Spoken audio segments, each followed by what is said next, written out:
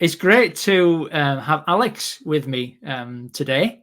And Alex has kindly agreed and is happy to share with us his story, really, of how he came to faith in Jesus. So, Alex, I want to welcome you. I want to thank you for taking time out to share with us. And just give us a brief, tell us a little bit about yourself as to, where you live and. Yeah, okay, I'm 37. I live in Pontypool town. Moved up here from Cumbraen about 3 years ago. I work for the church. I'm a ministry apprentice at Noddfa Church, Brilliant. which I attend every week. I also I do work with people from the church, so I labour for tradesmen in the church. I do work in the church grounds and outreach in the community, local schools, and feeding the homeless in the cities like Newport and Cardiff and stuff like that. So brilliant. So yeah, very, very busy. Yeah, so Pastor John is keeping you really busy, isn't he? Yeah, he don't rest and he don't let us sit on our hands, Brilliant. Listen, I want to thank you for sharing, being willing to share your story with us of how you came to faith in Jesus and how Jesus came into your life. Yeah. Where I'd like to start, Alex, if it's okay with you, is just tell us a little bit about your life as a child and growing up. Just tell us a little bit about that, because I haven't heard that that part. I've heard some of your story because you shared with me before Christmas. That's how I was keen. That's why I was keen for others to hear it. But share with me a little bit about your early life growing up, can you? Yeah, no problem. Well, I was born in Pontypool originally, but I was raised in Cumbraen mostly, in a little park called Funnell. It's quite a notoriously rough area of Cumbraen.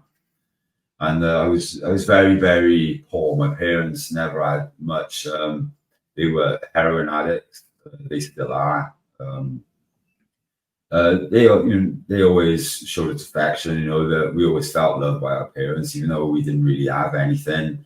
They didn't have anything really to give us or teach us. They didn't give us much time. Very, very poor. They were very, very liberal, very free spirited, and yeah, I was a happy child. I didn't realize how severe a lot of the stuff going on around me was at the time, because I was a happy kid. Yes. And I was quite bright in school. I always had trouble, just paying attention. I think I had ADHD as a child. I think I've still got it now. I've never been diagnosed, but I've always had trouble really putting my mind to anything. I'm all right for 5 minutes. I was all right for 5 minutes when I was doing it, and then I would just trail off and eventually revert to type and get back in trouble. But yeah, I was a happy kid. I was very poor and privileged, really. Okay.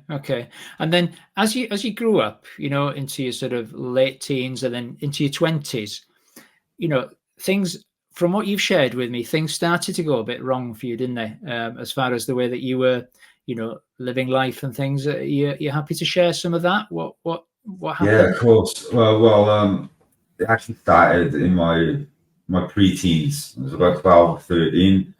I started smoking weed, taking various drugs, not going home, going out, stealing, fighting, getting in trouble. Like I said, my parents were always pretty distant. They were normally pretty high and didn't know where we were or what we were doing, me and my siblings. So I would just do whatever I wanted, really. I didn't have the guidance, I didn't have the discipline. So obviously I made all the wrong decisions. I said when I was stealing, fighting, smoking, drinking, chasing girls. And this was at the age of, what did you say? It started about 12 or 13. Okay. And then all the way, my teens got progressively worse. I didn't start to calm down until my early 20s when I had my son. Okay. When I was 20, my first child. But again, even then, I think about the worst was yet to come. The worst was yet to come. Okay. Yeah, in my 20s, I was my late teens and all through my 20s was pretty severe. Okay. Obviously, there's no pressure for you to share anything, but do you want to share that, or? I could give you a few examples. I love getting high. I take any drug you could think of. I drink all the time, and I guess all I cared about was drugs and girls, really. And I liked showing. I had kind of a domineering personality. I've never been a big guy. I'm 5'8". You know what I mean? I always sort of overcompensated a little bit. I had a bit of short man syndrome when I was younger, but I was quite domineering. I wanted people to be afraid of me, like, you know what I mean? I spent a lot of my teens, especially afraid, terrified of the people I was hanging around with, the older boys I was hanging around with. They would beat you up randomly just to keep you on your toes. You know what I mean? It was all violence. We were all feral, we were all out of control, and we all had mental health problems and parents who were either distant or didn't care. So it was very, very rough. It was kill or be killed, you know, Wow. essentially. And I had the wrong attitude about everything. I always wanted to act like I knew something. I was somebody who had knowledge that nobody had. I was a bit of a smart ass, forgive my language. Yeah, I take things to extremes. You know, I could never do things properly. I'd always either go too extreme with it, or I would just abandon it. And I used to fight for money. I'd get in bin boxing matches and wrestling matches, fighting with weapons. I got involved with gangs, gang fighting. There's all sorts going on with kidnapping, burglary, arson, all sorts. So there's no, there was no balance there, really, was there? There was no order, and where we lived as well, we hardly ever saw police. Police just never bothered with us. We were just cast out of society. Even back then, even in the 90s, early 2000s, our own parents didn't care. Nobody else cared. Yeah, and then it really came to a head, really, and you ended up in prison, didn't you? Yeah. Yes. Well, I've been locked up a fair few times. The biggest sentence I ever received was a 9.5-year prison sentence I received in 2017 for grievous bodily harm with intent to do serious damage. And it got, luckily, well, by the grace of God, it got reduced to 7 years because I went guilty straight away. And I was released then in 2020. Right. A little bit more calmer, but still not there. I started reading, and I had my first sort of taste of scripture. I read the Bible a little bit while I was in jail, and I always took it as a joke. Like Jesus was kind of a running joke to me growing up. I never took the word or anything about Christianity seriously, but it turns out I didn't know anything about it. So when I started to learn, then I started to open my eyes a bit. So we're talking really about something that's very, very recent, quite recent, aren't we? That you were in prison, you started reading the Bible, did you say? So it as a joke. So it as a joke, and then take us on that journey, because we've had the background, okay, of how desperate you were and how the lifestyle. Take us on the journey as far as how did Jesus start introducing himself to you? Because that might sound a bit strange to some people, but Jesus draws people to himself without them actually knowing that's what's happening. Okay, so when would you say that journey started? Was it in prison when you started? Tell us about that. I'd say I think he was drawing me for a long time, and he was showing me what I was doing wrong. I had to learn everything the hard way. I really had to hit rock bottom several times before I learned to walk on my own. I say, to walk in truth. But I think it did start in prison. I was in prison a long time. Most of my friends were Muslim, so I was going to mosque when I was in prison. I was reading the Quran. I knew more about the Quran than I did about the Bible. I still speak more Arabic now than I speak Welsh. I fasted Ramadan, used to go to the mosque and everything. And that was I think I created discipline that I didn't get when I was younger. And it's very, very rigid and disciplined Islam. I think that's what appealed to me. But obviously they kind of revere Jesus in their own way. And that's the first time I realized that Jesus, the concept of Jesus wasn't just contained within the Bible, that it permeated through other beliefs and through all of society. He started revealing himself in all areas of the world.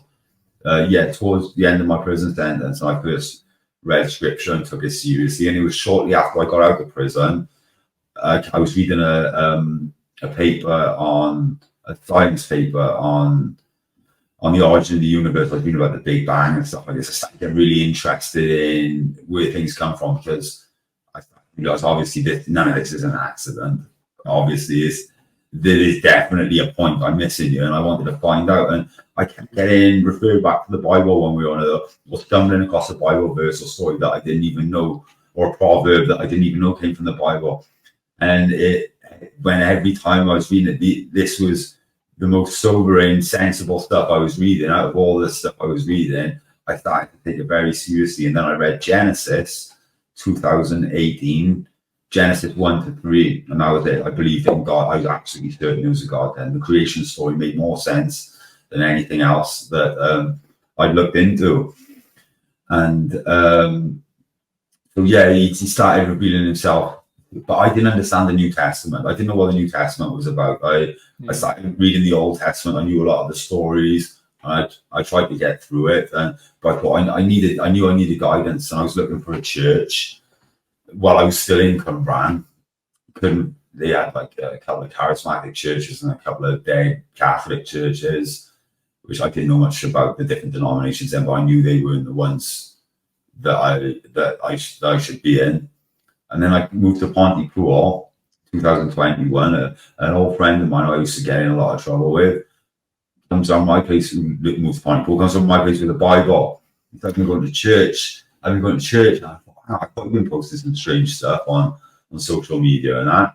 He said, come check it out. Pastor John's great. And I'm like, I'll give it a go. And I went up and I heard the gospel preached for the first time, and it was amazing. I started going up there every week. I was going there for about 6 months, reading more and more of the Bible, going to fellowship, started unraveling some of the old preconceptions I had about Christianity, about the universe. And of course, what I haven't mentioned is most of my time through my teens and my early 20s, I was actually into the occult.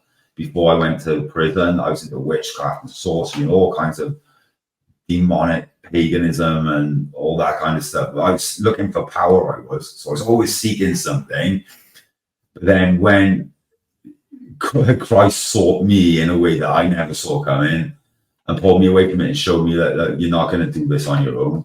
You're not going to get that power you desire. And not only that, he showed me, well, this is skipping ahead of it, but he showed me that power, that control is not something that I should be desiring.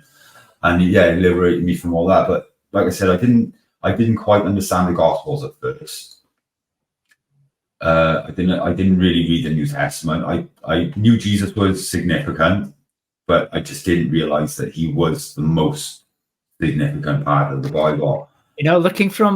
Sorry to interrupt you. The reason I'm smiling here now, okay, is looking from my side, and listening to you, how you started reading the Bible, and then you came across a friend that took you to church, and you heard the gospel, and what's obvious is that Jesus was drawing you all the time, and it doesn't matter about your background or what you've done or what you haven't done, or he because of his love, he draws us irrespective of where we've been. And I'm just listening to it, Alex, and it's wonderful, that love that Jesus has, and I can hear it in you, that love that Jesus has to draw you.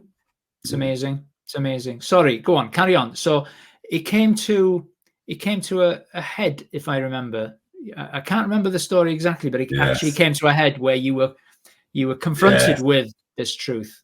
That's the next part. So I've been going to Noddfa for about 6 months. I heard the gospel preached. Didn't quite get it. I didn't quite get the gospel. I knew there was a cost, redemption involved, some kind of God redeeming us back to himself, but I never could piece it together. Obviously, you can't do it yourself. And I started a new job. I was working long hours, so I was working 12-hour shifts, 4 on, 4 off. And so I couldn't, it's like every 3 Sundays I couldn't come to church. So I could come for like 2 Sundays, then 3 after that I couldn't. So I started going less and less to church. I started missing the midweek meetings, and until eventually I wasn't going to church and I was just working flat out. And I met some interesting people in my new job, a lot of men and women working on top of each other. Long story short, I ended up getting in an adulterous relationship with a married woman. Not only that, I ended up going on a little bit of a promiscuous bender, so to speak. I had a few different girlfriends. I was telling a lot of lies. I was getting myself in a lot of slippery situations. And the husband found out, the married woman's husband found out and tried to commit suicide. And that hit me for 6. So that broke my heart, actually, to think that, because I felt guilty before anything had even happened between me. I could see where it was going, and I told myself I wasn't going to do it, and I knew it was wrong, but I did it anyway, because I'm a weak human being. And that really hit me. So I caught that. We ended that. I ended it with the other girls I was seeing. I thought, I'm just going to focus. I got a new job. I'm going to focus on work now. Get my head down, get back into church. Well, before I had a chance to get back into church, I started falling out with a lot of people. I've been drinking. I was drinking to deal with the anxiety I had over what had happened in the previous couple of months, and more than anything, how disgusted I was with my behaviour, and how I knew everything about it was wrong. But I'd fallen out with a couple of people, and I'd been arguing with people, and I fell out in particular with one person. We were arguing over the internet. This person made a threat towards me, and I lost it. So I went and got a weapon. I was in my flat. I got a sword, a ninja sword about 2 foot long. And I was sat on the edge of my bath, rocking back and forth, thinking about how I was going to get into his house and put this thing through his neck, and which is what I fully planned on doing. While I was doing this, and just as I was ready to do it, I stood up off the edge of my bath, and God just basically said, "No." Bang! I just hit the floor. I don't know. I felt like a ton of bricks. It just pulled me down to the floor. My head went down to the floor. I had tingling all through my body, like pins and needles from head to toe. I started to feel this warmth rising up in me, but it was coming from the bottom. It was coming from the top. It was coming from outside and from inside. I can't describe it, and I'm one of these people. I don't trust my feelings. I don't trust emotions. I'm quite cynical. And this came over me. It was very, very strange. And well, like I said, my new age, my experiences with the new age and spiritualism made me very, very cynical. So, but then it came over me. When I opened my eyes, I was blind. I kid you not. I was blind for a few seconds. It felt like about a minute, but it was probably about 3 or 4 seconds. Everything was just white. And then I could picture the 4 people in particular I was really, really angry and hateful towards in my heart. And they just turned into little newborn babies. They're crying, desperate, helpless. And I realized that. And this was while you were sort of blind in a vision. Yeah, it's in a vision in my head. Yeah, so I couldn't see physically. My eyes were open, but I just saw their faces, and I saw them turning back into babies and seeing how helpless and desperate they were. And I thought, my rage instantly left me. I felt sorry for them. I wanted to love them, and I prayed for them there and then. I prayed for everyone that I was angry with there and then. 5 minutes later, I went to my Bible. I opened to John chapter 1. In the beginning, there was the Word. There was the Word was with God, the Word was God. Now that's obviously a retelling of the Genesis story that made me believe in God in the first place. At that moment, I understood who Jesus was. It wasn't just God as I thought of him, who put me down on the floor and then lifted me back up. It was Jesus Christ. His name was just ringing through my head. I knew it was him. I knew the penny dropped and pieced everything together. And I started reading the Gospels, the Gospel of John, Matthew, Mark, Luke, and Acts, and Revelation. And it just made sense after sense after sense. I was over within a day of me having a murderous rage and a breakdown. I was overflowing with joy because I met Jesus. I met Jesus on one of the worst days of my life so far, in a life that's been pretty tragic and horrific in many ways. And going to be in one of the worst days for the best, everything's happened to happen, and it all just made sense. It all made sense. Brilliant. And it well, I say this, I've been saying this a lot lately, but the more I learn about Christianity, especially doing theology, there's almost no mystery anymore. I don't wonder the same way that I used to. The only things I wonder and ponder on now are the things of God. The mysteries of God is, because that is the mystery, and it was always a mystery to me. But in His grace, He could, all this time He was, like you say, He was drawing me closer. He's putting in a little bit of knowledge here, a little bit of wisdom there, a hard lesson here, a hard lesson there, and then at the 11th hour, when I completely lost all control and all idea that I had any control in my life, and He caught me. And brilliant. Listen, I'm going to ask you in a minute, okay, just to share with us what your life is like now and what you're doing now. But before I do that, I want to say two things, okay? I've just noticed that we've got your name down as Pastor John. Can you see it at the bottom? Okay. Yeah. I don't know whether that's prophetic for the future, even though you're not John. But let me just explain to the viewers that is because Pastor John has set this up for us. And I've done an interview with Pastor John, and he hasn't changed the name since last time I did an interview. So who we've got here is not Pastor John, but Alex. So that's the first thing.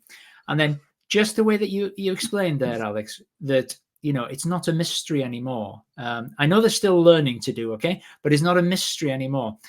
And that's the grace of God, in that he's taken the veil back and He's invited you in behind the curtain to see what's going on. Yeah. And, you know, so that's what's happened to you. But I love the way that you said it. You know, there's no mystery anymore. So because you're the other side of the veil now, you see. I love how you said that as well, the veil, the other side of the curtain. We recently came back from a 4-day trip away at Mount Pleasant Baptist Church in Swansea.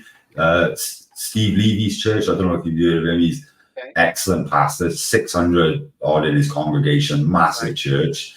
We spent 3 days with him, and he was teaching us about the tabernacle and the Old Testament.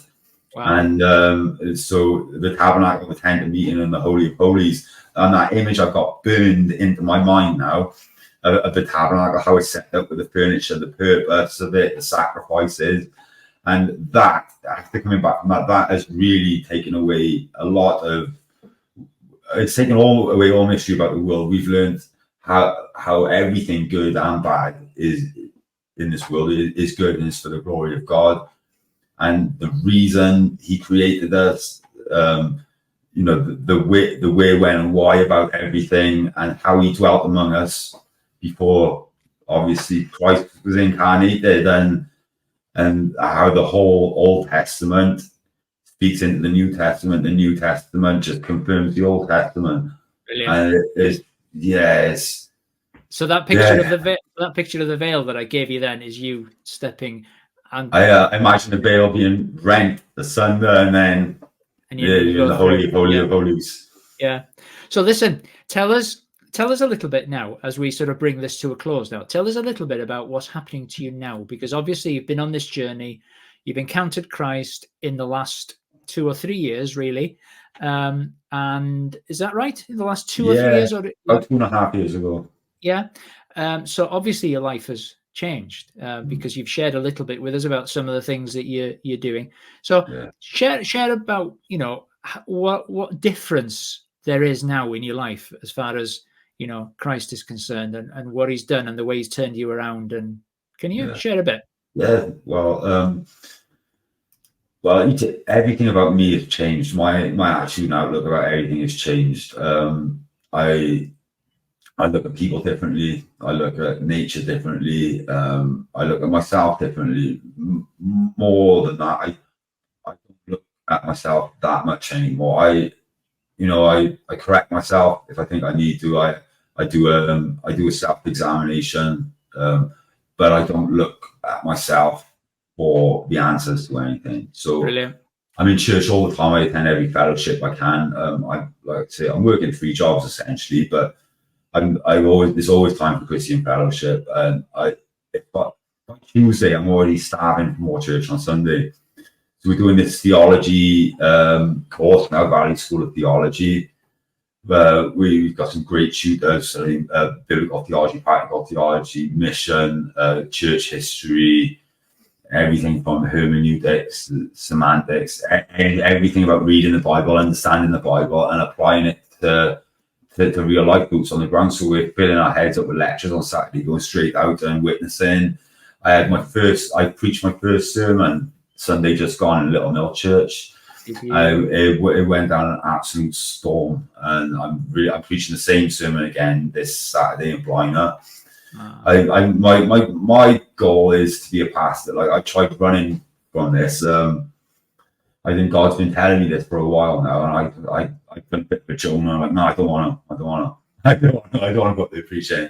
But he's just kept reminding me of the bigger picture. Give me a slap on the wrist here and there when I needed it. But I'm full on into ministry now, so I'm ministering to children, to our church congregation, to other churches. I'm helping people one-on-one with certain life problems. I have 5 children from my previous life scattered about, who I'm reconciling to myself. My oldest son, who didn't speak to me for 3 years when I went off the rails, is now living with me. I'm teaching him the scriptures. I'm keeping him in the gym, keeping him out of trouble, keeping him in work. Wow. I'm trying to give other people work and purpose and stuff to do at the same time. I'm just overflowing with gospel at the moment. It's all I do. It's all I read. It's all I think about. It's all I care about. And it's just, I have a lot to share that I want to share in a community that really needs that kind of Christian love, And John has been a great mentor to get us on the right track, because he's a great people person. He's got a heart for people, and he's helped me realize that I do have a heart for people, and by the grace of God and the love of Jesus, I can share that with people. And our community is growing very fast. It is growing well and healthy at the moment because of the church. We live in a dead valley. This church is reviving the valley, and now we're branching out with the good news. Brilliant. Because what I'm listening to, and I know that people who will be watching this will agree with me, it's just an absolute transformed life. Okay. Oh, yeah. And it's a testimony to the grace of God and the love of God in taking a person. And we're all in this category because we all need forgiveness and salvation and redemption from our past, all of us. Okay. And, just hearing your story is just amazing. And what is happening now within a short period of time, really, because you're only 3 years into this journey of how, you're reconciling with your children, and you're looking outward, not inward.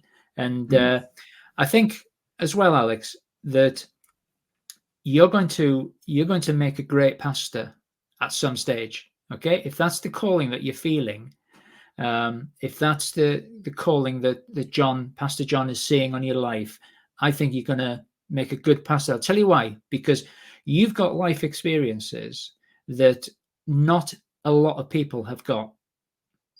I haven't got those life experiences that you have, right? And I in a way, I'm thankful that I haven't, obviously. But the pain you've been through, and the being lost and being at the bottom, being in the pit, all those things, right? You will be able to relate to people who are in that situation, and the love of God will flow from you to them. So, I pray that God is going to use you mightily, mightily. And if you continue to surrender to him, there's no reason why he won't use you mightily, Alex, amongst, the people that you know what they're going through and that you can relate to. Okay. So yeah, I really feel that. Listen, Pastor John. Oh, sorry, no, Alex. Yeah. Listen, I'm very, very grateful to you for sharing your story and just being so open about it. Okay. And I'm really encouraged. I was encouraged when we spoke, when I came up to Noddfa before Christmas, and you were peeling sprouts. I don't know how many sprouts you were peeling for the Christmas meal, but and you shared a little bit then. You've shared a bit more now, and I'm really, really grateful to you. Is there anything that you want to, before we bring this to a close, anything you want to add to or say just to close it up, or are you happy to say? Well, I've got a just quickly. I've got a little bit. This is kind of my hobby horse at the moment. Like John likes telling people to go to church. I just want to encourage anyone who's watching or listening to this, just preach the gospel to somebody today. Preach it tomorrow. Preach it at every opportunity, because you don't know how many opportunities you're going to get. And the world right now, one thing the world needs now more than anything is evangelists. We need to show what he's done for us to others who have no idea. Jesus is alien to today's society, but he's also the cure to the poison. And please, you've got nothing to lose. Life is short. And then when we're in glory, you'll be glad that you put your neck out and gave that witness to someone who needed it when they come up and help you in glory. But yeah, preach the gospel unashamedly, boldly, get out there and from the rooftops if you can. Alex, brilliant. Thank you so much. And there's a heart in what you say as well. Your heart is behind that as well. It's not just sort of absolutely. Yeah, your heart is in that. So listen, thanks very much. Okay, thank you. We're going to catch up. Don't go offline for a minute. We'll catch up at some stage. But yeah, really, really appreciate the time that you've taken, and the things anytime. Yeah, the things that you've shared as well. Okay, so no problem. Goodbye for now. Okay. Goodbye.